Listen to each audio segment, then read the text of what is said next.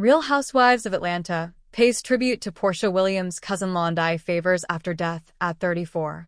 Porsha Williams was devastated when her cousin Londie Favors died last summer, and now she has paid tribute to the 34-year-old in the latest episode of The Real Housewives of Atlanta.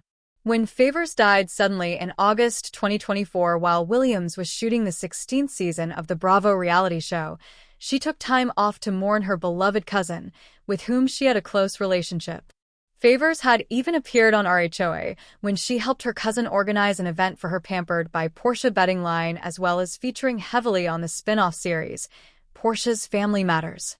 "It was just so sudden, so difficult," Williams, 44, said in the Sunday, June 22nd, episode of RHOA. "Londie was just the most giving person you could ever think of. She was a loyal person, the most creative with her company.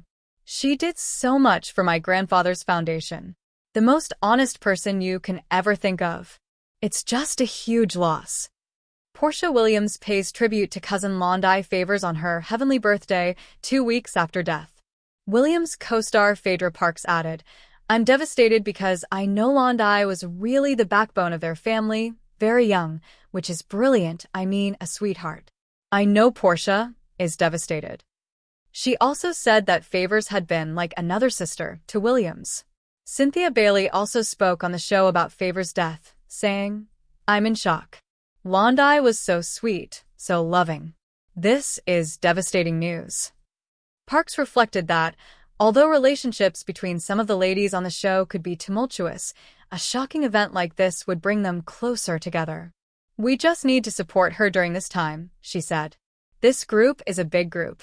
We fall out, but at the end of the day, we're sisters. We gotta stick together and really support one another because you never know when it's the last time." In August, Williams took to Instagram to pay tribute to her late cousin. "Londie, you were our best friend, our sister, our aunt, our cousin, and so much more," she shared. "Your life was a blessing, your memory a treasure, and you are loved beyond words and will be missed beyond measure. The impact and value you provided all of us during your time here was tremendous, but we know that your spirit will always be with us every day, guiding us through this difficult time and what's still to come. For that, we're eternally grateful." Sunday's episode wrapped with the words, "In loving memory, Yolanda Londie Favors, 1989 to 2024. No cause of death has been revealed." Welcome to AOL Comments. Please keep conversations courteous and on topic. To foster productive and respectful conversations, you may see comments from our community managers, who will be designated by a AOL staff or staff label. To promote the best user experience, we close commenting after an article has been posted for 3 days. See our community guidelines for more information. Another Real Housewives star reveals scary illness at 63. For years after filming Real Housewives, Ultimate Girls trip in Morocco, another reality television star has come forward to reveal that she fell ill on the trip and she's still sick. While chatting with Jeff Lewis on his SiriusXM radio show, Vicki Gunvalson said that she also got a parasite while filming the show, not unlike Brandi Glanville. "You know, Brandi is in a lot of pain," Gunvalson, 63, said. "We all got sick when we went to Morocco. I am doing colonics now," she shared, later adding that she undergoes the procedures 3 times per week. "My stomach's bloated. I don't feel good. I feel tired. I feel lethargic," she continued, adding that she doesn't go poop. During one of her colonics, Gunvalson was told that she was loaded with parasites.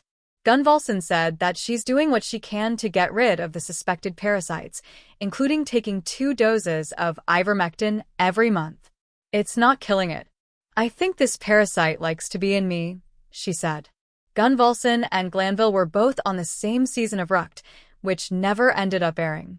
Glanville has been very candid about the illness that she suffered after returning home from Morocco. "I've had days of looking normal, not weeks. I wish. But it comes and goes. Over the weekend, it was only swollen on the right side of my face, so I looked like I had a really big meatball in the right side of my cheek," Glanville said on Page Six's Virtual Reality podcast in December 2024. Clapperboard sign up for Parade's daily newsletter to get the latest pop culture news and celebrity interviews delivered right to your inbox. Clapperboard. The pain is more mental than anything because I have been hiding and going through a deep, deep depression. Even if I could work now, at this point, I couldn't. So it's just been a really rough 2 years for me, she added. Another Real Housewives star reveals scary illness at 63. First appeared on Parade on July 26, 2025. This story was originally reported by Parade on July 26, 2025, where it first appeared. Gen V cast on the importance of paying tribute to the late Chance Perdomo with Season 2. He is there the whole way. San Diego Comic-Con is a time for celebrating fandom, a time of frenzied excitement that much of the cast of Prime Video's Gen V are experiencing for the first time. You guys are gonna have the best day of your life, Hamish Linklater told his Gen V co-stars Jazz Sinclair, Maddie Phillips, London Thor, and Derek Liu during their interview at the Comic-Con Variety Studio presented by Google TV before their big panel at the San Diego Convention Center on Friday night. More from Variety. Tron. Aries blasts Comic-Con with light cycle and light boat chases. 9 Inch Nails music video. Solar Opposites stars tease what's next for the queer, immigrant, gender-neutral aliens in final season. The Boys Season 5 first footage. A supernatural reunion. Seth Rogen cameo and Homelander's safer, more God-fearing nation. But the moment is also a bit bittersweet for the cast of the bloody college-set spin-off of the superhero series The Boys, as Season 2 pays tribute to the late Chance Perdomo, who is a central player on the show. Perdomo died in a motorcycle accident in March 2024, just before Season 2 started production. So, the show's creative team revised the plot to honor the 27-year-old actor and his superhero character, Andre Anderson. It felt really important. Showrunner Michelle Fazekas told Variety about paying tribute to the late star in Season 2, which debuts on September 17th. The thing I'm most proud of, when you watch the entirety of the season, is he is there the whole way, in a way that feels real, because it is real. I'm very proud that we honored him beginning to end. Thor shared a similar sentiment, emphasizing that important, perfectly described the feeling on set. It felt very important to do. And hard. But I think it was good, she said, cutting herself off as she began to tear up. I'm happy that we were all there to do it. The cast, crew, and writers did an amazing job, Lou concurred, choking up. Banding together and making something special. Sinclair spoke last, wiping away tears as she added, "It's important to honor him, and I think we do that." Google TV is the presenting sponsor of the Rachel Ray's fans call for temperature check on celeb chef after concerning behavior. For decades, Food Network chef Rachel Ray has warmed America's hearts with her budget meals and culinary catchphrases like "Yummo" and "Delish."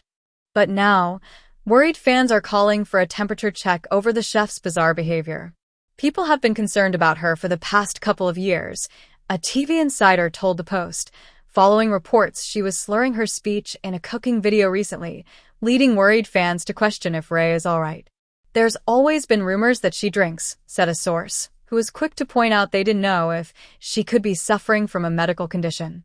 Sources close to Ray say there's no issue. She's taking care of herself and doing things on her own terms. Rachel Ray is someone that isn't into hair and makeup and high heels. People are judging her based off of what a standard of beauty is. She's not that girl, the TV insider said. On Wednesday, Ray stepped out at a media event at Ray's Bar on the Lower East Side to promote her Spirits brand staple gin, shaking up cocktails behind the bar clad in an oversized blazer, jeans, Nike sneakers, and clear-framed glasses next to her husband, musician and lawyer John Cusimano, 57. "I wouldn't have my name associated with the actual gin because if you don't like me or you think my voice is funny, or whatever, you could still buy the gin," Ray quipped, giving her hubby credit for his cocktail-making skills. "I wrote the recipe for the gin. I really did. Worked on it a long, long time. But my husband is responsible for all the cocktails that are made," she told the crowd.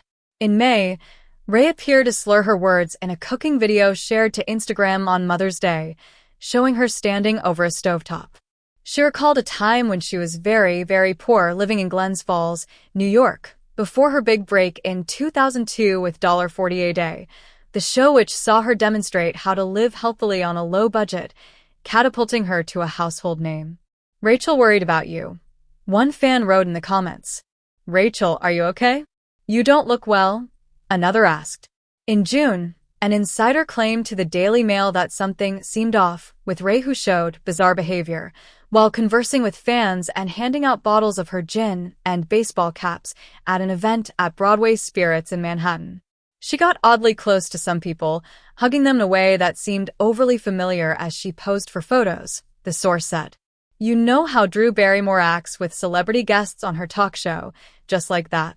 Last October, in the debut episode of her podcast, I'll Sleep When I'm Dead, Ray admitted some of her housework was on pause because she suffered a couple of bad falls in the last couple of weeks, again sparking worry over her health. A rep for Ray told the Post, "Yes, we have seen some comments and questions from fans. Rachel focuses on the majority of fans asking her for help getting dinner on the table or for ways they can best feed their family with food prices on the rise. Rachel is working at her usual vigorous pace. Behind a Chef Sunny persona is a mountain of grief. In May 2020, Ray's beloved pit bull, Isabeau, died. My dog died in my arms, she said at the time in an interview with Extra. I felt guilty and grateful at the same time. People suffered actual human loss from COVID or because they couldn't get care, and how many people died alone. Then her home in Lake Luzerne, New York, burned down in a chimney fire that August. A year later, in 2021, her New York City apartment was flooded during Hurricane Ida. She was dealing with trauma, the TV Insider told the Post. This June, Ray paid tribute to her longtime friend, fellow Food Network chef Anne Burrell, who died by suicide in June at age 55. She said the death left her truly shaken. She was a force in the kitchen, in any room, in every life she touched, Ray wrote in a tribute on Instagram. Ray reached Food Network superstardom with 30-minute meals, where she made affordable food, fast for working families in the early 2000s. She also launched her namesake lifestyle magazine and a nationally syndicated talk show, Rachel Ray, which ran for 17 seasons from 2006 to 2023. Follow the Post's coverage on Anne Burrell's death. Anne Burrell was very happy days before her death, says influencer who snapped last selfie with late chef. Anne Burrell will be seen back on TV weeks after her death. Anne Burrell found unconscious and unresponsive as details of celeb chef's shocking death are revealed. Over 100 of Anne Burrell's loved ones and fellow chefs turn out for somber wake as her cause of death remains unknown. Her final episodes of the daytime Gabfest ended with emotional tributes from celebrities like Oprah Winfrey and Michelle Obama, and she left a huge hole in ABC Network's schedule.